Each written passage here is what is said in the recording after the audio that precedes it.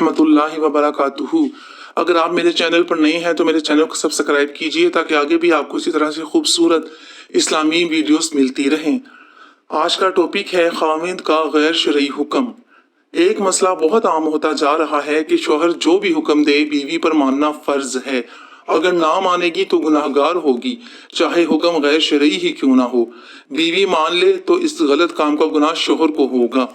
ऐसा बिल्कुल भी नहीं है। शोहर का शरई हुक्म मानना जायज़ है, गैर शरई हुक्म मानना बीवी के लिए जायज़ नहीं है, इनकार कर दे। मसलन शोहर बीवी को कहता है कि मगरिब की तर्ज का लिबास पहना करो जो नामुनासिब हो, तो बीवी पर यह हुक्म मानना फर्ज नहीं। हाँ, शोहर की खुशी के लिए कमरे में पहन सकती है लेकिन बाहर नहीं जहाँ कोई और देखे। बीवी पर्दा करती है और शोहर इसको पर्दा करने से रोकता है कि अपने रिश्तेदारों वगैरह के सामने पर्दा करने से मना करता है, तो शोहर का ये हुक्म भी गैर शरई है। जिसका हुक्म अल्लाह ने दिया है और जिस काम से अल्लाह ने मना किया है, अगर शोहर अल्लाह के हुक्म के खिलाफ हुक्म दे तो ऐसा हुक्म बीवी पर मानना फर्ज नहीं है, क्योंकि खालिक के हुक्म के आगे मखलूक का हुक्म नहीं माना जा सकता।